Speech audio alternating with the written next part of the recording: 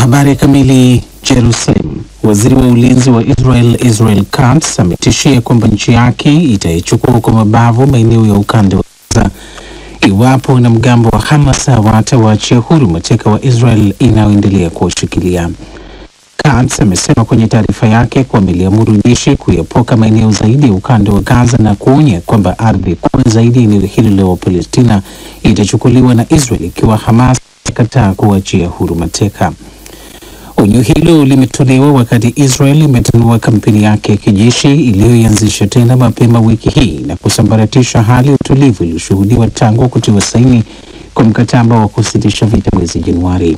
Maelfu ya watu walijitokeza wiki hii mjini Jerusalem kupinga kurejea tena kwa mapigano, wakimtuhumu Waziri Mkuu Benjamin Netanyahu kupuuza usalama wa mateka unaoshikiliwa Gaza.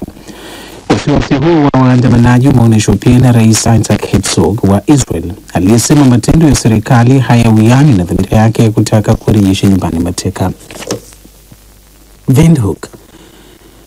Mwanasiasa wa Namibia Netumbo Nandi-Ndaitwah ameapishwa leo kuwa rais wa nchi hiyo baada ya kupata ushindi katika uchaguzi mkuu uliofanyika Novemba mwaka jana, ambao unarefusha utawala wa chama cha SWAPO kilichopigania uhuru wa taifa hilo la kusini mwa Afrika. Nandi-Ndaitwah mwenye umri wa miaka 72 anakuwa mwanamke wa kwanza kuiongoza Namibia na miongoni mwa wanawake wachache waliowahi kushika wadhifa wa urais kwenye mataifa barani Afrika. Hafla ya kuapishwa kwake imefanyika ikulu ya nchi hiyo mjini Windhoek na kuhudhuriwa na wakuu wa nchi kadhaa wa Afrika akiwemo Rais Samia Suluhu Hassan wa Tanzania, ambaye hadi leo alikuwa ndiye rais pekee mwanamke barani humo.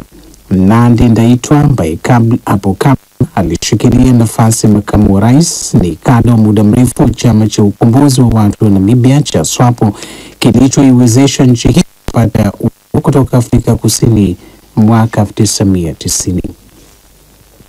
Istanbul. Rais wa Uturuki Recep Tayyip Erdogan amesema hatavumilia vitisho vya uvunjifu wa amani na kuahidi kusimama imara kupambana dhidi ya uharibifu wa mali na ghasia mitaani katika wakati maandamano ya kupinga kukamatwa kwa mji wa meya wa Istanbul yanazidi kuwa makubwa. Kiongozi huyo amesema hayo kupitia hotuba iliyotoa leo, siku moja baada ya kutokea makabiliano makali kwenye miji kadhaa ya Uturuki baina ya vikosi vya usalama na waandamanaji wanaolaani kuwekwa kizuizini kwa meya wa Istanbul Ekrem İmamoğlu, anayezingatiwa pia kuwa mpinzani mkuu wa Rais Erdogan. İmamoğlu ambaye chama chake kinajiandaa kumtangaza kwa mgombea wake wa urais katika uchaguzi wa mwaka 2028 alikamatwa katikati ya wiki hii kwa madai ya rushwa na ugaidi, na tangu wakati huo amebakia chini ya kizuizi cha polisi. Viongozi wa miji mikuu ikiwemo Istanbul, mji mkuu wa Uturuki Ankara na jimbo la Izmir wametangaza kupiga marufuku mikusanyiko ya watu katika jitihada za kuzuia wimbi la maandamano ya umma. Unaendelea kusikiliza taarifa hii ya habari za ulimwengu kutoka DW mjini Bonn. London. Mamia ya safari za ndege zimefutwa leo kwenye uwanja mkubwa zaidi wa ndege barani Ulaya wa Heathrow uliopo mjini London baada ya moto uliozuka katika kituo kimoja cha kupoza umeme kusababisha kukatika kwa nishati hiyo kwenye uwanja huo. Safari za mamia kwa maelfu ya abiria duniani zimetatizika baada ya ndege kushindwa kuruka au kutoka kwenye uwanja huo tangu mapema leo alfajiri. Mtandao wa kufuatilia safari za ndege wa Flight Data karibu ndege 1350 zimeathirika na hitilafu iliyotokea. Mashirika kadhaa yamelazimika kuwapeleka abiria wanaotarajiwa kuwasili kuunganisha safari kupitia Heathrow kwenye viwanja vingine vya ndege barani Ulaya. Mamlaka za uwanja huu zimesema bado hazifahamu muda ambao umeme utarejea, maelezo yanayozidisha mashaka kwa mparaganyiko wa safari utaendelea kwa muda mrefu kuliko ilivyotarajiwa. Jerusalem. Mahakama ya juu ya Israel leo imesitisha kwa muda uamuzi wa serikali wa kumfuta kazi mkuu wa shirika la ujasusi wa ndani Ronen Bar na kuamuru kwamba atabakia nafasi yake hadi shauri la kupinga kuondolewa kwake litakaposikilizwa mwezi ujao. Amri ya mahakama imetolewa saa kadhaa baada ya serikali Waziri Mkuu Benjamin Netanyahu kuridhia kuondolewa kwa Bar licha maandamano makubwa ya umma. Uamuzi huu unafuatia shauri lililofunguliwa na wanasiasa upinzani na asasi za kiraia kwa kufukuzwa kwa mkuu huyo shirika la ujasusi linalofahamika kwa jina la Shin Bet. Kesi kuhusu pingamizi iliyowekwa itasikilizwa kabla ya Aprili 8, siku ambayo Ronan Bar anapaswa kuachia nafasi yake. Kufukuzwa kwake kunatokana na tofauti kati yake na Netanyahu, ambaye inaarifiwa hakuridhika na uchunguzi uliofanywa na Shin Bet juu ya shambulizi la kundi la Hamas la Oktoba 7 mwaka 2023. Na huo ndio mwisho wa taarifa hii ya habari za ulimwengu kutoka Bonn. DW Dunia Yetu leo jioni.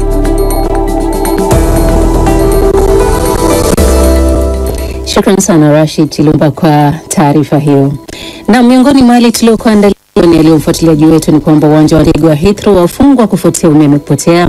Mapambano mengine makali yanaripotiwa katika jimbo la Kivu Kusini, na Namibia yamwapisha rais wake wa kwanza mwanamke Netumbo Nandi-Ndaitwah. Kumbuka basi pia una fursa ya kuweza kushiriki katika matangazo haya kwa kututumia ujumbe mfupi kupitia ukurasa wetu wa Facebook na Instagram. Vile vile tunapatikana mbashara katika mitandao yetu ya Facebook na tuache ujumbe wako, alafu baadaye nitakusomea hapa studioni. Moja kwa moja tunaanza na habari kwamba uwanja wa ndege wa Heathrow umefungwa kabisa hivi leo kufuatia umeme kupotea sababu ya moto uliozuka katika kituo kidogo cha umeme magharibi mwa London. Kufungwa kwa uwanja huo kumesababisha faruku kwa abiria kote ulimwenguni na pia kufutwa ama kuelekezwa kwingine mamia ya ndege kutokea uwanja huo unaokuwa na shughuli nyingi barani Ulaya. Josephat Charo na taarifa kamili.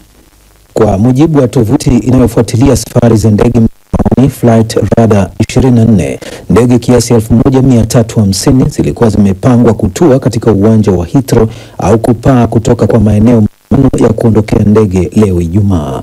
Kufungwa kwa uwanja huo kumewaacha abiria wengi waliokwama wakihangaika kutafuta na mipango mingine ya kuendelea na safari zao. Shirika la ndege la Uingereza British Airways limesema kufungwa kwa uwanja wa Heathrow kutakuwa na athari kubwa kwa shughuli zake pamoja na abiria wake. Waziri wa nishati wa Uingereza Ed Miliband amesema hakuna dalili zozote zinazoashiria kwamba kumefanyika hujuma yoyote. Hakuna pendekezo lolote kwamba kuna mchezo mchafu uliofanyika. Hatujui sababu ya moto huu. Ni dhahiri ni tukio ambalo halijawahi kutokea. Lakini na unachostahili kusema ni kwamba tutataka kuelewa sababu za tukio hili na ni masomo gani, ikiwa yapo, inaweza kutufundisha. Huu ni usumbufu mkubwa kwa watu huko Heathrow, na bila shaka kwa tukio kama hili tutataka kujifunza masomo yanayofaa. Polisi ya Uingereza pia imesema mpaka sasa kuna ushahidi wowote unaoashiria kuna njama iliyofanyika kusababisha moto uliopelekea uwanja wa ndege wa Heathrow kufungwa, lakini ikaongeza kusema kwamba kitengo chake cha kupambana na ugaidi kinaongoza uchunguzi ikizingatiwa ukubwa wa tukio lenyewe. Katika taarifa yake, polisi ya mjini London imesema kwa kuzingatia eneo la kituo cha umeme na athari za tukio la moto kwa miundombinu ya kitaifa, kamandi yake inayoshughulikia masuala ya ugaidi inaendelea na uchunguzi. Taarifa hiyo aidha imesema kitengo hicho kina rasilimali za kutosha na uwezo kuendeleza uchunguzi huo kwa kasi, na kwamba polisi wanashirikiana na idara za zimamoto ya London kutafuta chanzo cha huo. Kiasi ndege 120 zilikuwa angani kuelekea Heathrow wakati tangazo la kufungwa uwanja huo lilipotolewa. Mamlaka za uwanja wa ndege wamesema wanatarajia usumbufu mkubwa na safari kutatizwa katika siku zijazo. Kiwanja cha pili kwa ukubwa cha Uingereza, Gatwick, kimesema kitapokea baadhi ya ndege kutoka Heathrow. Ndege nyingine zimeelekezwa katika viwanja vingine Ulaya, ukiwemo Shannon kusini magharibi mwa Ireland, Frankfurt Ujerumani na Charles de Gaulle mjini Paris Ufaransa. Asante sana Josephat Charo kwa ripoti hiyo. Jeshi la Sudan limechukua udhibiti kamili wa ikulu ya mjini Khartoum hii leo, ikiwa hatua mojawapo ya mafanikio makubwa katika mzozo wa miaka miwili ambao unatishia kuisambaratisha nchi hiyo. Televisheni ya Sudan na vyanzo vya kijeshi vimesema vikosi vya jeshi vimewafurusha wapiganaji wa RSF kutoka kwenye maeneo ya ikulu. Kupata maelezo kamili kuhusu mzozo huo unaozidi kufukuta nchini Sudan, nazungumza na Martin Olo, mchambuzi wa masuala ya kisiasa aliye Nairobi nchini, ambaye ameanza kwa kuelezea ujumbe unaotumwa na hatua hiyo ya kijeshi.